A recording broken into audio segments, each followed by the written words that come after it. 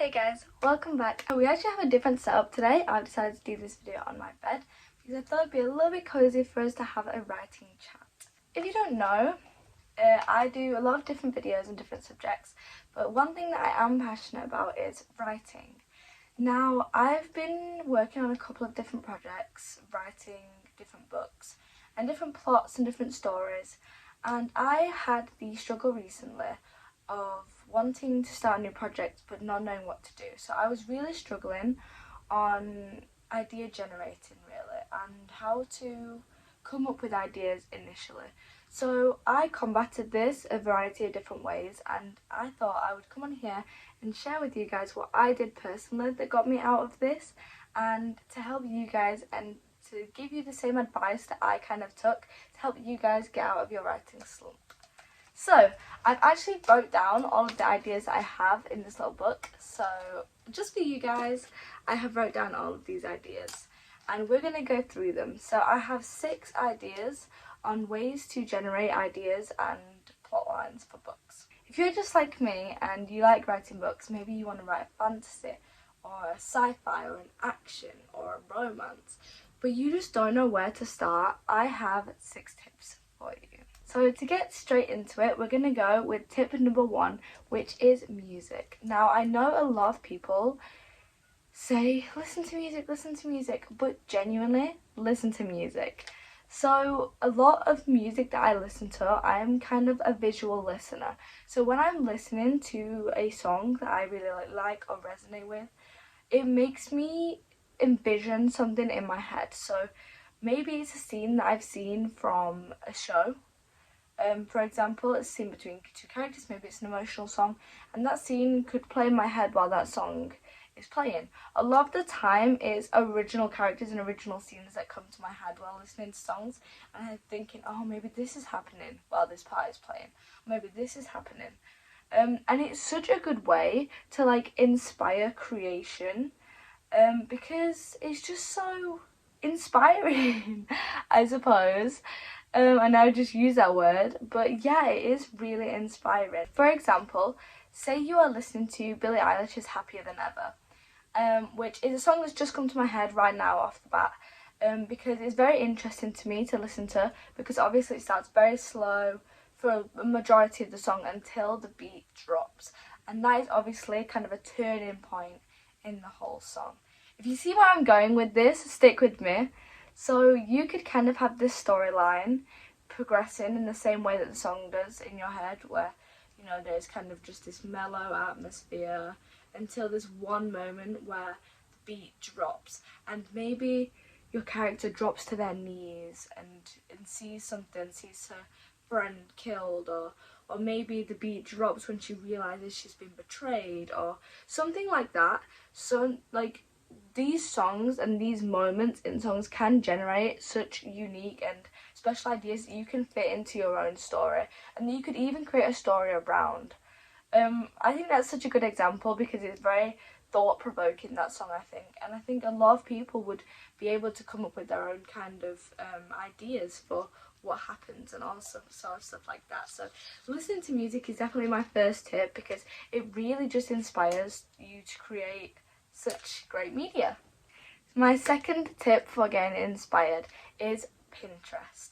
Now, all writer girlies love Pinterest. We live on there, okay? It's true. So scrolling through Pinterest is such a great way to gain inspiration because there are so many different ideas on Pinterest that can inspire your own work and your own thoughts and storylines and everything like that.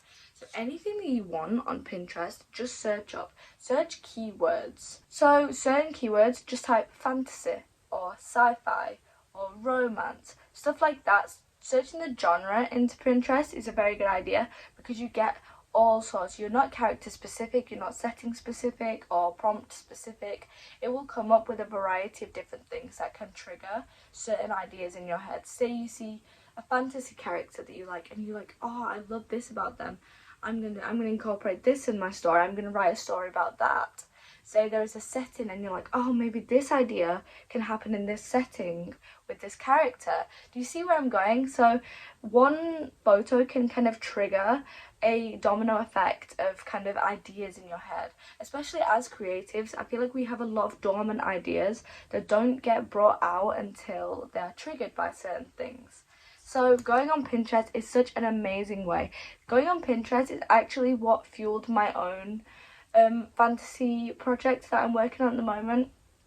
Because I really wanted to write fantasy. I feel like fantasy has always been my calling, and I couldn't decide on what to do. So I spent hours and hours on Pinterest looking up all different fantasy things, bits that I liked, bits that I didn't like, and I just altered and refined until I found exactly what I was wanting. So Pinterest really is just amazing for finding inspiration, not copying obviously, but taking inspiration from all sorts of different types of like media there is on there. So I feel like Pinterest is such a great way to get inspiration for your book idea. Now my third point is comparison media. So when you write your book, you will have some comp titles that you basically say, oh, if you like The Hunger Games, read this book. If you like, some can be TV shows, so if you like Teen Wolf, if you like Jurassic Park, if you like Harry Potter, read this book. And comparison media is a great way to get inspiration as well. So as well as marketing it based on comparison titles, also gain inspiration from media. So if your favourite movie, let's take one of these for example, is the Divergent movies, what do you like about Divergent? What do you get inspired by? Does it cause any things in your mind that make your cogs turn in the head? So say you like, I like the factions, I like how it's split into different factions. Maybe that's something that you want to incorporate in your book, which is also in other pieces of media, like The Hunger Games with the districts. So no idea is perfectly original. Everything has influences and inspirations from other titles. For example, Divergent and The Hunger Games both have that in common, that the world is split into different sectors. And maybe that is something that you liked. Maybe it's something that you didn't like and you know that you're not going to add that. But just having these comparative medias to kind of draw inspirations from is so useful. Just think about the medias that you like to watch and you like to read and everything like that. And think, what about it do I like? What about it would I like to have in my own work? Like, what did I think made it successful? What did I enjoy? What did I really appreciate about that piece of media? And I promise thinking about all of these things will really like make you so idea prompted, because I loved reading the Throne of Glass books, and that the Throne of Glass books are kind of the media that really made me want to write fantasy, because I loved the different species, so like the Fae, and I wanted to write a book that had a fantastical species. So I just kind of like said, oh, what did I like about Throne of Glass? I like the fantastical species, and I took that and I thought, okay, I can write my own fantastical species. So it's just these sorts of media that you like consume can really like lie dormant in your head until you really like think and delve deep into what about it you do actually like. Because I promise you it will benefit you so much and it will really help generate ideas. The fourth one is a little bit different, but it is life experiences. So in our lives we experience so many different things every single day, every single week, every single month, and any of these experiences from small to large can be what can inspire your own work. For example, I saw someone say that their role, like what they are studying in university, they're going into nursing, really inspired their book and their characters, because they tend to write a lot of healers and a lot of protectors. So you can just have themes that are inspired by your life like that, and that really like you can tell the influence that your own life has on your writing. And obviously that one's quite like a direct one, specifically drawn from herself. Maybe you want to write about an event that happened in your life. Maybe something big happened, maybe something that altered your perspective of something happened. And maybe you can incorporate that into your book. Maybe you can make it the main plot line. Maybe you can make it a backstory to your character. Maybe a subplot. But any of these things that jump to your mind or come to your head when you're thinking about your own life experiences can really help tell your story, or kind of like influence your characters and make your characters believable and real, or your story feel real. And if you're writing about something that you've experienced, you have knowledge on that subject, you are reliable, and therefore your readers are going to believe you. They're going to be willed into believing your story.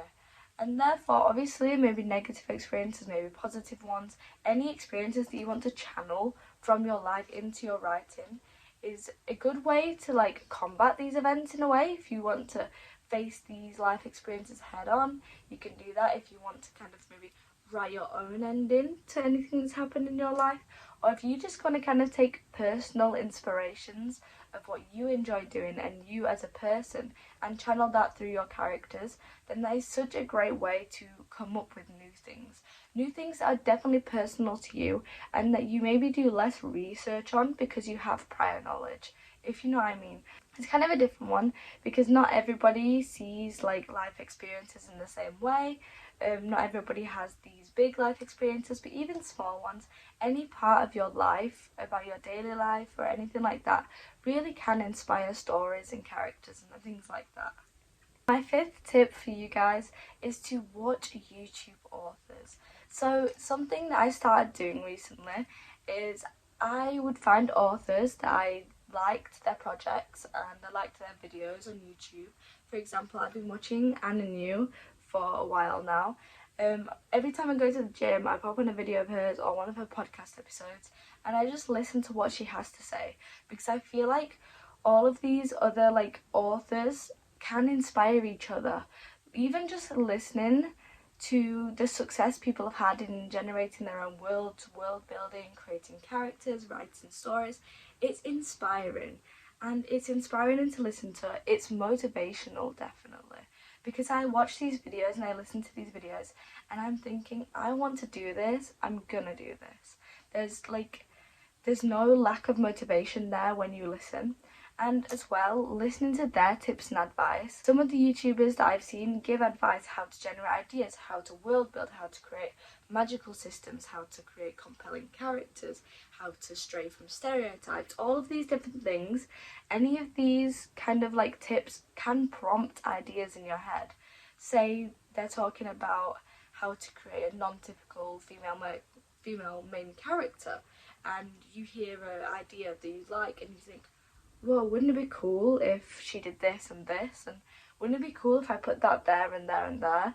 And I feel like listening to other people and sharing ideas so much really just makes your world like more knowledgeable, more well-rounded, and it just creates your own ideas in your head that are inspired. And getting inspiration by listening to other people talk or even talking to other people about your ideas, it's really just a great way to come up with new ones. Talking about any interest you have with people as well, it really can like just make you think. It can just get the like cogs turning in your head, if you know what I mean. Like just like vocalizing or like consuming ideas from other people, it really just makes your own cogs turn in your head. And I really recommend going and watching other people's videos, listening to their tips, listening to their advice and everything like that, because it really just, it makes you more knowledgeable and it inspires you, it really does. And I know it's hard to believe when, say, you don't have an idea and you're just listening to tips of someone, but it really helps, I promise. And it's something that really helped me get out of my kind of like stuck that I was in. So I do really recommend that. The final tip that I have for you guys to generate ideas is brain dumping. So basically, get a piece of paper, write down words, any words that come to your head. Do you want to write fantasy? Write down fantasy. Do you want there to be a moon? Write down the word moon. Is there a species? Write down the word species. Is there a setting? Write down a setting. And once all of these words are written down, and you're going to look at these and maybe you'll see links. Maybe you'll see, oh, maybe this species can live in this setting. maybe the fantasy element can come in through here, and all stuff like this. Brain dumping is so great. In this book I literally have so many pages of random brain dumps. Half my ideas I haven't used, but they started ideas for projects. So say I wanted to create a fantasy, and initially I wrote down that I would have 5 species in this world, but as I was like carrying on, like generating ideas, I realized, oh, it's probably only better to have 1 species. But like, it doesn't matter if your ideas are not refined, if they're not set in stone, because this part of the process is just generating the ideas. It's literally just coming up with an idea that you can bounce off and then you can develop. And your ideas are so undeveloped at this stage, you really can write down anything. Maybe it's a lyric that you heard in a song that's inspired you. Maybe it's an object like a dagger or something like that that has some sort of way that triggers your brain that you've thought about that. And once you write it down, all of these more ideas are going to keep spiraling, and every other word you think of, write it down. Every other link that you think of, write it down. And I promise you, you will form some sort of amazing idea, because everybody's so creative and nobody's brain works in the exact same way. So doing a brain dump is really such a good idea to get all of your ideas, all of your thoughts, all of your feelings, all of your wants, all of your goals, everything down onto a page, and you can just look, and you just look at it and you think, and you start thinking, and you start scrolling on Pinterest and listening to music while you've got this brain dump, and I promise you something will come from it. I really didn't think it would for me either, but I've created so many ideas for projects, and these tips have really like helped me get out of my stuck and out of my writer's block and everything like that, and they've really given me motivation to become an author and a creator and everything like that. So I promise you guys, try out these tips and you will become the best author self that you can be. Thank you so much guys for making it to the end of this video and listening to all of my tips I have to offer. Obviously I am not a published author yet, but I am here to help and share with you what I've learned over the writing process. So thank you so much guys for watching, and I will be doing a lot more writing videos soon. This is part 1 of my writing series, How To. So yeah, I hope you guys have enjoyed, and I love you guys so much, and I'll see you soon.